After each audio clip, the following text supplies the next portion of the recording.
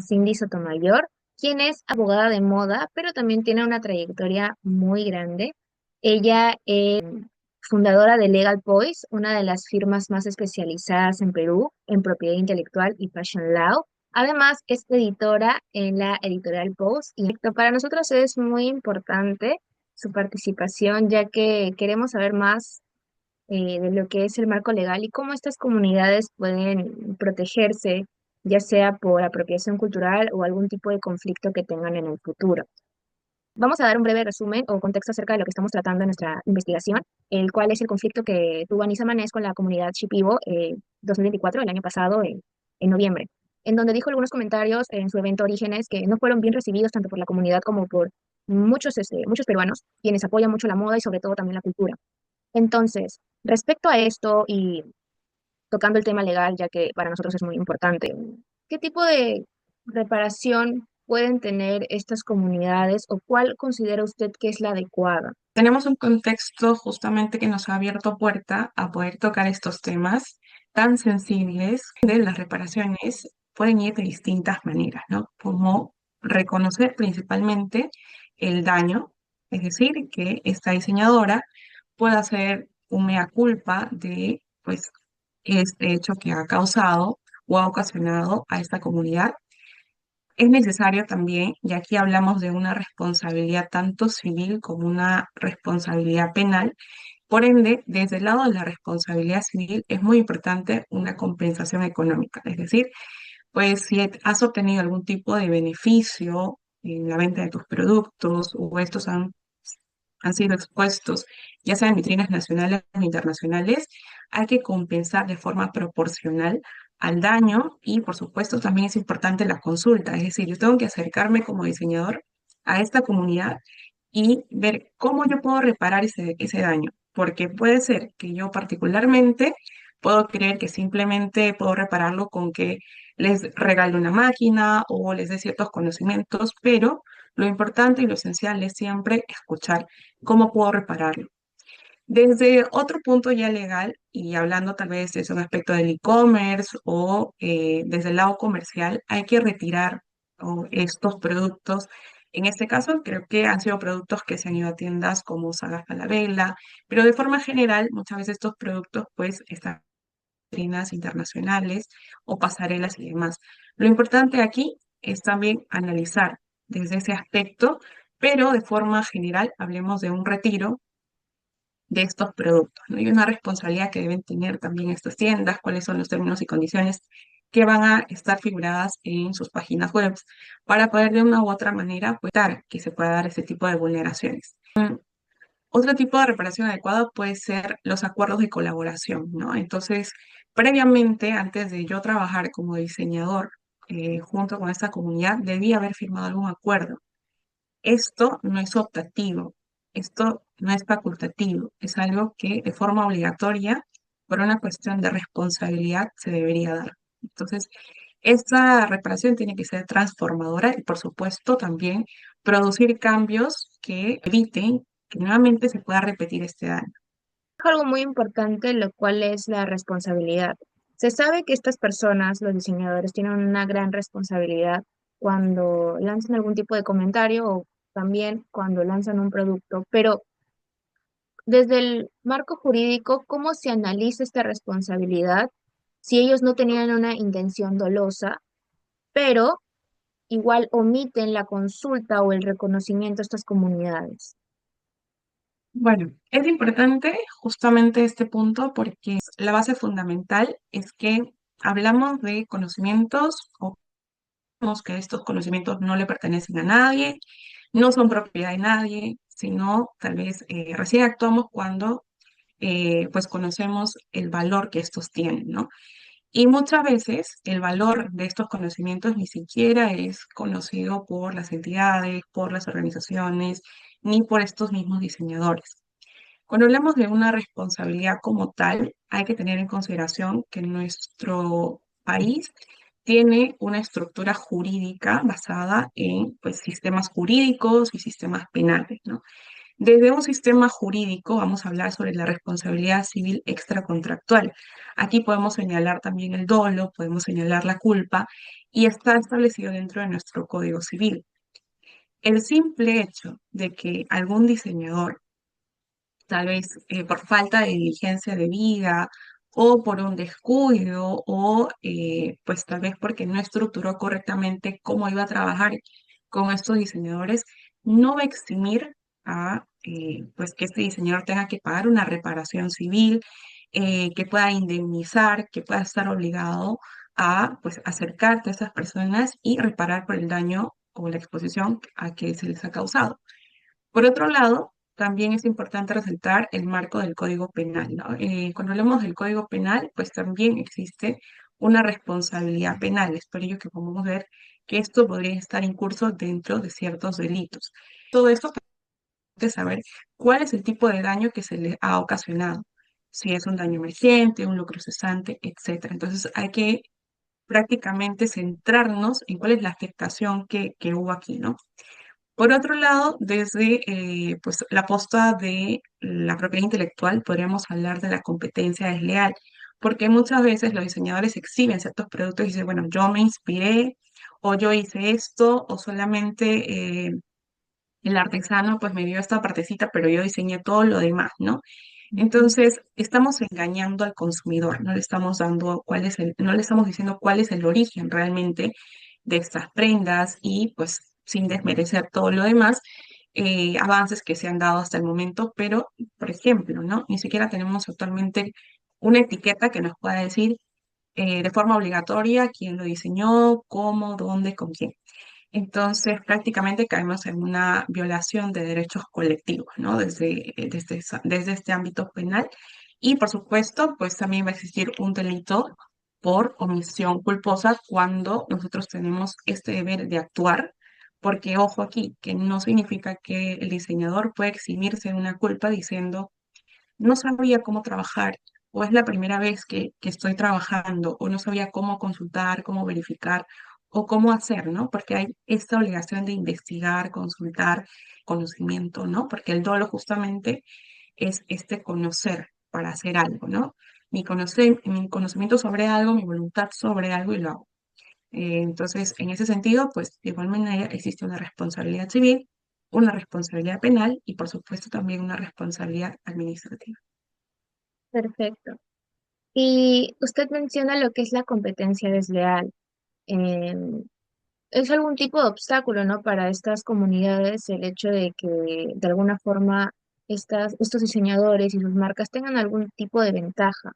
¿Cómo enfrentan las comunidades este obstáculo y, bueno, tratan de defender, ¿no? Sus derechos culturales dentro del sistema judicial? Muchas de esas comunidades no conocen bien sus derechos y terminan siendo marginadas. El aparato judicial, el sistema legal como tal en nuestro país, tiene muchísimas deficiencias, ¿no? Una de estas deficiencias puede ser la burocracia. Y esto todavía es mucho más incisivo cuando hablamos de poblaciones vulnerables, cuando hablamos de comunidades.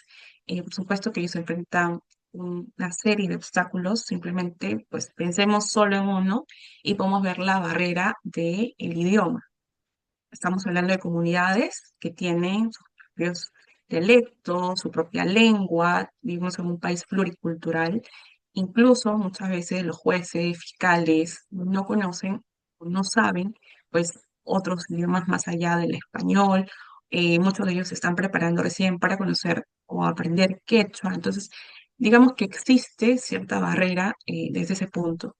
Por otro lado, también existe un prejuicio racial, ¿no? Es Ujú. distinto, pues muchas veces que estas comunidades o una parte de estas comunidades pueda buscar esta defensa sin ser revictimizada y encontrarse con este muro. Otro de los puntos, pero gracias a Dios considero que no se dio de esa manera en este caso que estamos hablando en concreto, es la invisibilización mediática. Tal vez se pueden haber dado para otro tipo de casos, cuando hablamos hoy en día sobre la minería ilegal, donde también están inmersos estas comunidades, pero sí existe esta invisibilización. El otro punto es que muchas veces se invalidan los testimonios por una falta de prueba, porque también estas personas no siempre pueden acceder a la justicia al no tener un abogado. al no conocer los protocolos institucionales, al no conocer sus derechos, y más allá de que las leyes todo el tiempo se están reformulando, las leyes cada tiempo están cambiando. Sabe que el Ministerio de Cultura también ha ayudado, ¿no?, a estas comunidades a poder defenderse, porque como dije anteriormente, muchas de estas no conocen sus derechos y como usted dice, mientras más va avanzando, más leyes se van creando para protegerlas, pero es difícil para ellas conocer todas. El Ministerio de Cultura el año pasado también dio un comunicado para poder rechazar este tipo de acciones, de que no estaban de acuerdo y no van, ¿no?, con el hecho de proteger el patrimonio cultural. Pero, ¿qué otro rol debería asumir el Ministerio de Cultura o quizás también otra entidad como la Defensoría del Pueblo para poder defender este tipo de casos? ¿O es suficiente su actuación en este tipo de conflictos? Estuvieron haciendo ellos antes? O sea, ¿cuál es el trabajo previo que se está haciendo? ¿Hay algún tipo de promoción de guías? ¿Hay un tipo de capacitaciones? ¿Hay un tipo de monitoreo de sistemas o alertas para que nos puedan decir, bueno, esto se está saliendo del marco legal? Preguntémonos si existen o no registros éticos y extractivos.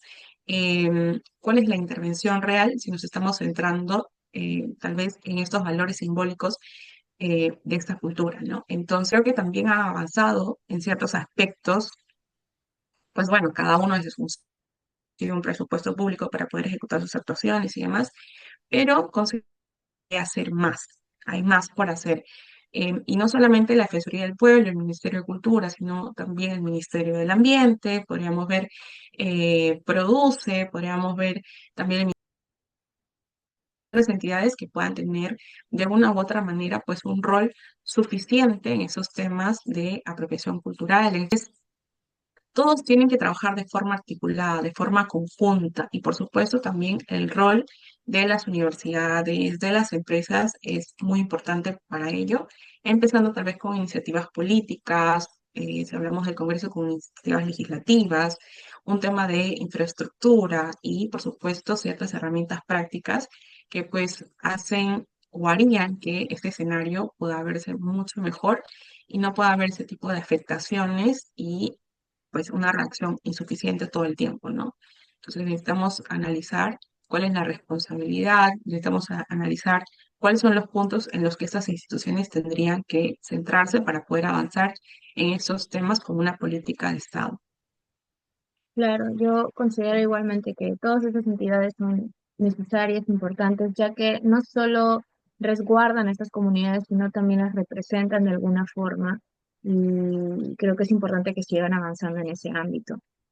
Para finalizar, ¿qué mensaje le daría usted como especialista a jóvenes que desean ser diseñadores y desean también inspirarse en lo ancestral, en comunidades indígenas, pero también sin recurrir a prácticas inapropiadas? Indagar más o poder conocer más sobre estos asuntos de los cuales nadie está exento, porque vivimos en un país pluricultural, en un país donde tenemos tanto pues una cultura tan variada, donde tenemos distintos tipos de diseños textiles, técnicas ancestrales, conocimientos tradicionales. Por ende, sí es una obligación, y nuevamente aquí partimos del punto de que el no conocer no nos va a eximir en nuestro largo recorrido o en el largo recorrido que van a tener de diseñadores de cierta responsabilidad.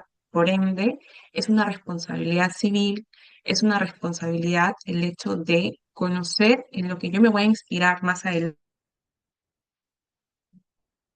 que tienen estas comunidades. No solamente yo me debo acercar cuando cuando como diseñador quiero sacar una colección, sino tengo que estar siempre de forma activa junto a esa comunidad viendo qué necesidades tienen, cuál es el problema que están enfrentando en este momento. Entonces, a esto lo llamo como un acercamiento ético, pero también un acercamiento humano, no partir únicamente desde lo comercial. Preguntarles también o estar siempre en contacto, tanto diseñadores como estas comunidades, em, qué beneficios tú requieres de lo que yo voy a hacer, ¿no? Por supuesto, y el lado mucho más legal es siempre firmar contratos, poner todo por escrito, no desde un lado de, bueno, me voy a cuidar como diseñador, no, sino desde un punto en que podamos beneficiar verlos a ellos también en las que podamos tener de forma equitativa la justicia para ambas partes, ¿no?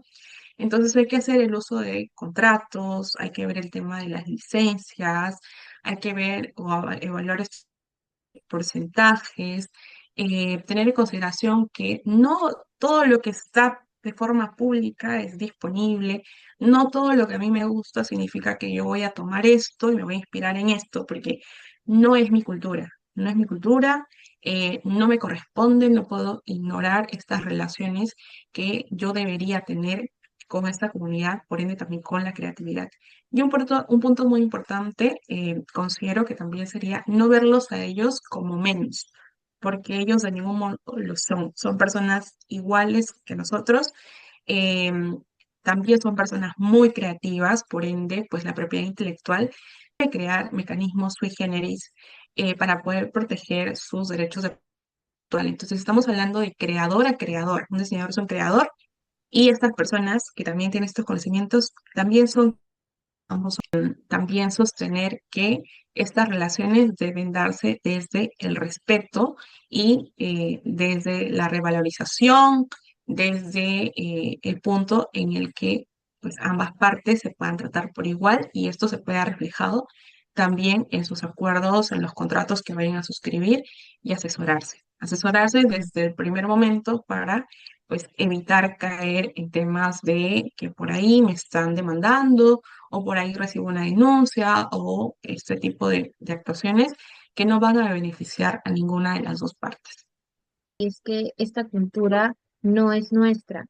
Y sobre todo, algo que dijo también la diseñadora